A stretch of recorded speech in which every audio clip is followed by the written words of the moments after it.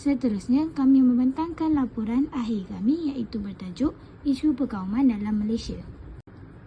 Pengenalan terbahagi kepada dua iaitu latar belakang kajian dan permasalahan kajian. Latar belakang kajian. Definisi diskriminasi kaum dibuat berdasarkan prinsip kesamarataan di mana semua manusia dilahirkan bebas dan sama rata dari sudut martabat dan hak. Oleh itu, apa jua tindakan yang bertujuan untuk membezakan manusia dari satu kelas berdasarkan kaum, warna kulit atau etnik adalah tidak adil, berbahaya dan tidak berasas. Tindakan perbezaan, pengecualian, pembatasan atau kecenderungan adalah sama dengan diskriminasi kaum. Sebagai contoh, antara kaum yang berada di Malaysia iaitu kaum Cina, kaum Melayu, kaum India, kaum Kadazan Dusun dan kaum Iban. Seterusnya ialah permasalahan kajian. Berikut antara contoh isu perkauman di Malaysia maupun luar negara. Yang pertama, kenyataan berbaru perkauman dibuat ke atas pemain nombor 53 dunia itu S. Kiswana menerusi media sosial oleh seorang ahli politik selepas beliau tewas dengan mudah kepada pemain nombor 5 dunia Akane Yamaguchi dari Jepun. Yang kedua, terdapat satu gerakan dan slogan Stop Asian Hate yang telah diuar-uarkan bagi membanteras ketegangan kaum ini yang berlaku di Amerika Syarikat.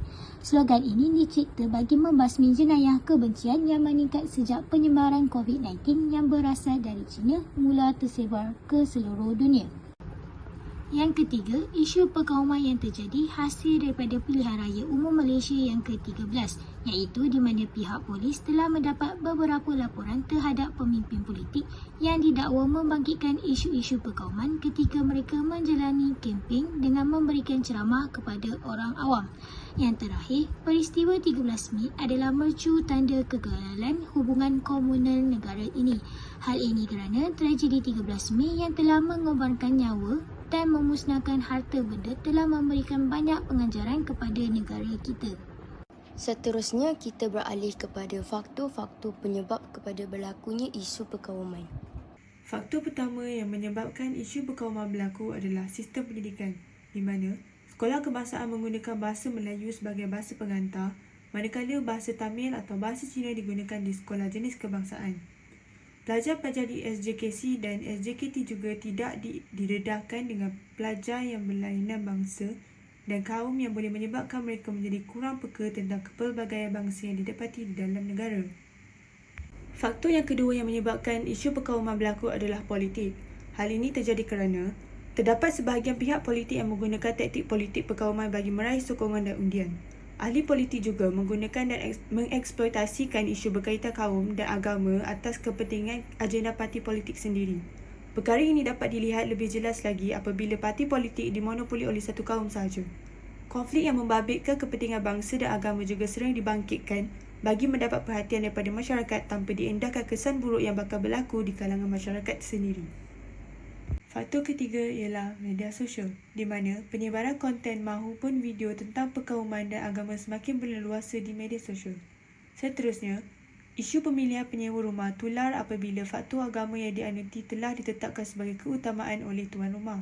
Selanjutnya, terdapat isu membuka akaun palsu bagi menimbulkan isu yang menyentuh sensitiviti kaum lain juga semakin berleluasa. Faktor yang keempat merupakan perasaan tidak puas hati terhadap hak istimewa orang Melayu. Perdebatan antara kaum mengenai kedudukan hak istimewa orang Melayu juga semakin hangat digembar-gemburkan. Dalam lipatan sejarah, kedudukan orang Melayu sebenarnya telah diiktiraf oleh British. Namun hakikatnya, orang Melayu ketika itu masih memerlukan bantuan dari segi politik dan ekonomi. Jika disingkap sebelum tanah Melayu mencapai kemerdekaan, sejarah membuktikan bahawa tanah Melayu dan sistem kota dalam MCS sebenarnya telah diwujudkan oleh British sehingga dipersetujui dalam Jawatankuasa Hubungan Antara Kaum dan akhirnya dimaktubkan dalam Perlembagaan Persekutuan Tanah Melayu melalui Perkara 153. Hakikatnya, selepas orang Melayu memperjuangkan hak keistimewaan, maka timbul Timbulnya perasaan tidak puas hati di kalangan pemimpin Cina seperti Tan Cheng Lock yang memperjuangkan supaya orang bukan Melayu diberikan hak kerakyatan. Hal ini disusuli dengan desakan kepada British supaya menyebelahi kaum Cina kerana kaum Cina adalah kaum yang turut menyumbang dari sudut ekonomi kepada tanah Melayu. Faktor yang kelima merupakan dasar pecah dan perintah yang telah diimplementasikan ke atas kaum di Malaysia sejak dari zaman pemerintahan British di tanah Melayu. Dasar ini tidak asing bagi penjajah Eropah bagi memecah belahkan kaum tempatan dan imigran di tanah jajahan. Gagasan pecah dan perintah ini telah dijalankan oleh British sebagai taktik tersirat untuk memastikan perpaduan kaum tidak tercapai di antara penduduk tanah Melayu dan para imigran dari China dan India. Pihak British telah meyakinkan pihak pembesar Melayu supaya pengasingan ini adalah bagi mengurangkan perubahan ke atas sistem sosial dan gaya hidup rakyat di tanah Melayu. Penjajah British telah mengasingkan penlibatan di dalam ekonomi dan pekerjaan serta tahap pendidikan yang diterima oleh kaum Melayu, Cina dan India. Masyarakat Melayu telah menjalani industri tradisional manakala masyarakat Cina telah diberi peluang untuk menerajui bidang perniagaan dan perusahaan biji timah dan getah. Perbezaan ini menyebabkan masyarakat terasing dari satu sama lain dan menghasilkan jurang ekonomi yang ketara. Faktor yang terakhir adalah bahasa menjadi punca kepada berlakunya isu perkauman di mana setiap kaum mengamalkan budaya dan cara hidup masing-masing. Sebagai contoh, umat Islam akan bersembahyang 5 kali sehari dan orang Cina akan membakar kertas kuning untuk menghalau roh semasa bulan hantu mengikut kepercayaan mereka. Sesetengah budaya ini tidak dapat diterima oleh kaum yang lain. Sebagai contoh, pembakaran kertas kuning menyebabkan sesetengah masyarakat yang berpenyakit respirasi seperti asma mengalami kesukaran dan pembakaran tersebut juga mengotorkan halaman rumah jiran-jiran terdekat. Selain itu, setiap kaum juga menggunakan bahasa sendiri untuk bergaul antara satu sama lain. Perbezaan bahasa ini akan menimbulkan prasangka antara kaum. Kesan-kesan di sebalik isu perkauman. Pertama sekali, kesan yang berpunca daripada isu perkauman ini ialah hak kebebasan beragama dicabuli. Hal ini kerana di dalam Perlembagaan Persekutuan, Akta yang ke-11 telah dijamin kebebasan keagamaan kepada semua rakyat Malaysia. Maka hak keagamaan ialah topik yang sensitif dan tak seharusnya dicabar dari segi apa-apa pun. Hal ini akan menyebabkan perasaan tidak puas hati terhadap etnik yang lain dan agama yang lain, boleh menjejaskan aktiviti keagamaan dan struktur sosial secara langsung dan tidak langsung. Individu akan hilang rasa hormat terhadap agama yang berlainan daripada agama yang mereka anuti. Seperti kita boleh lihat, kejadian seperti pembakaran Al-Quran dan rusuhan kuil Sri Maha Mariamman telah terjadi. Terutama sekali daripada kejadian rusuhan kuil Sri Maha Mariamman yang telah terjadi oleh kerana perselisihan faham berkenaan tanah yang menempatkan kuil mereka. Rusuhan ini melibatkan lelaki yang beragama Hindu yang telah merosakkan harta benda dengan lelaki berbangsa Melayu dan juga polis. Seterusnya, kesan yang kedua daripada isu perkauman ini ialah jurang pendapatan dan jurang ekonomi mengikut kaum. Hal ini akan terjadi seperti dasar perintah dan pecah pada zaman pemerintahan British sebelum kemerdekaan. Etnik Cina di dalam perniagaan, Melayu dan India di dalam industri yang dikaitkan dengan kemiskinan seperti perladangan dan pertanian secara kecil-kecilan. Pemerintahan secara ekonomi yang dipecahkan ini akan menyebabkan jurang pendapatan dan jurang pendapatan ini akan menyebabkan berat sebelah dan jurang dari kedudukan sosial. Jurang dari kedudukan sosial ini akan menyebabkan banyak masalah akan timbul dan perasaan tidak puas hati yang akan mengancam keharmonian kaum di Malaysia. Di samping itu, kesan daripada isu perkauman ini ianya boleh memecah belahkan kaum. Isu perkauman ini meninggalkan kesan kepada keharmonian kaum dari segi jangka masa panjang dan jangka masa pendek. Rasa tidak puas hati, hasad dengki yang muncul di antara kaum akan menyebabkan masalah. Jika dibiarkan berterusan, rusuhan antara kaum yang mengancam ketenteraman dan keselamatan masyarakat dan negara akan berlaku. Keruntuhan struktur sosial dan perpecahan kaum ialah kesan yang paling buruk daripada pelbagai aspek. Kesan terakhir daripada isu perkauman ini ialah mengancam kestabilan ekonomi negara. Aktiviti ekonomi di dalam dan di luar negara akan terjejas oleh kerana kerajaan terpaksa mengorbankan wang, masa dan tenaga untuk mengurangkan impak daripada isu perkauman. Kerosakan harta benda dan juga pemberhentian perusuhan akan menggunakan wang yang banyak dan negara akan mengalami kerugian dan mengakibatkan defisit. Ekonomi akan terbantut, maka pelabur juga akan ragu-ragu untuk melabur dalam ekonomi Malaysia. Ketidakstabilan ini akan mengakibatkan mereka tidak mahu melabur di dalam ekonomi Malaysia. Etika dan tata cara untuk mengatasi isu perkauman dalam kalangan masyarakat di Malaysia. Langkah yang pertama melalui peranan media massa. Media massa terbahagi kepada dua, iaitu media cetak dan media elektronik. Media cetak seperti surat khabar, majalah dan buku membantu menyebarkan maklumat kepada masyarakat dengan memaparkan info mengenai sejarah, ciri-ciri kebudayaan dan agama kaum yang terdapat di dalam negara. Media elektronik pula seperti televisyen, radio, laman web dan lain-lain dapat menayangkan iklan-iklan yang boleh memupuk semangat perpaduan di kalangan masyarakat. Langkah kedua pula ialah melaksanakan program yang melibatkan pelbagai kaum dan bangsa. Sebagai contoh, program Uninstall Hatred, Reboot Malaysia and Global Harmony yang bertujuan membina semula keharmonian masyarakat. Dengan ini, semua peserta dari pelbagai kaum dan bangsa akan dapat disatukan dan terjadi perbualan serta pergaulan antara mereka. Langkah seterusnya, memupuk rasa sayang dan hormat terhadap kaum dan agama antara satu sama lain dari sekolah rendah. Dalam konteks ini, ibu bapa memainkan peranan yang penting kerana kehidupan harian adalah majoriti dari rumah. Rasa hormat dengan jiran-jiran yang berlainan bangsa dapat menciptakan rasa kehormatan dalam diri anak-anak dari kecil.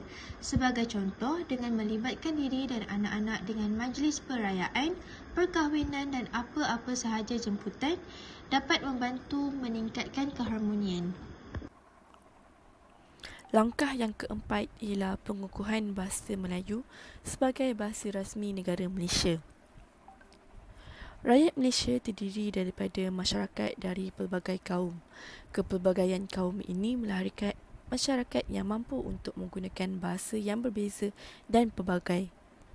Walaupun begitu, terdapat masalah kesukaran untuk berkomunikasi oleh kerana individu yang tidak tahu berbahasa Melayu.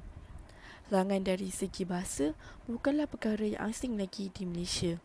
Keengganan sesetengah individu untuk menggunakan bahasa kebangsaan menyebabkan pemasmian halangan bahasa menjadi sukar.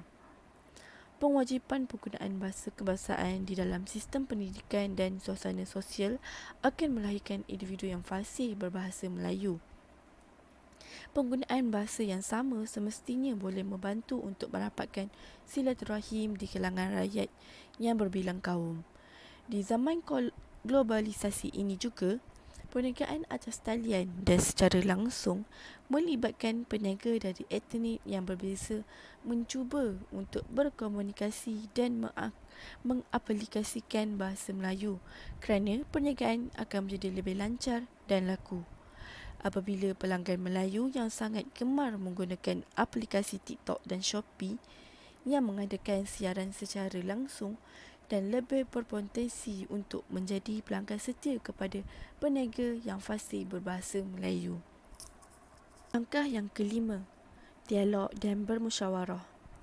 Dalam komunikasi masyarakat pelbagai budaya dan pegangan agama, dialog dan bermusyawarah merupakan solusi yang efektif bagi menangani isu sensitif yang timbul dalam masyarakat. Dialog penting dalam menyuburkan persefahaman antara pihak-pihak dan mengelakkan perselisihan faham antara pihak-pihak. Dengan dialog dan bermusyawarah, pelbagai isu dapat diselesaikan secara harmoni. Tanpa dialog, komunikasi antara pihak-pihak akan menjadi pasif dan mendorong kepada timbulnya prejudis dan prasangka antara kaum dan agama. Umpamanya, dalam kes berkaitan dengan pengenalan tulisan khaط di sekolah, sewajarnya setiap pihak dapat duduk semeja berdialog bagi merungkai rasa ketakutan orang bukan-Islam terhadap tulisan berkenaan.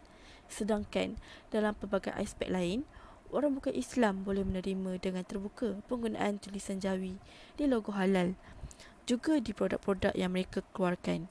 Justeru, sikap standard berganda dan Jawi fobia ini perlu dijernihkan agar tiada prasangka negatif terhadap orang Islam. Langkah yang terakhir ialah mendorong pengumbalan dasar antirism. Antirism adalah amalan atau dasar yang menentang rasisme dan menggalakkan toleransi kaum. Satu langkah yang berkesan untuk mewujudkan jalan bagi pengumbalan dasar antirism di Malaysia adalah melalui ratifikasi dan pelaksanaan perjanjian, deklarasi dan konvensyen antarabangsa. Namun, kekurangan kemahuan politik dan maklumat palsu tentang implikasi undang-undang antarabangsa ke atas undang-undang tempatan menghalang usaha untuk mendorong semangat antirism di Malaysia.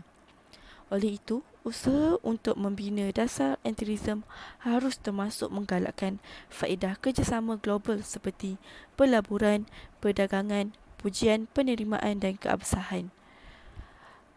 Antara undang-undang antarabangsa mengenai diskriminasi kaum ialah Konvensyen Penghapusan Segala Bentuk Diskriminasi Kaum.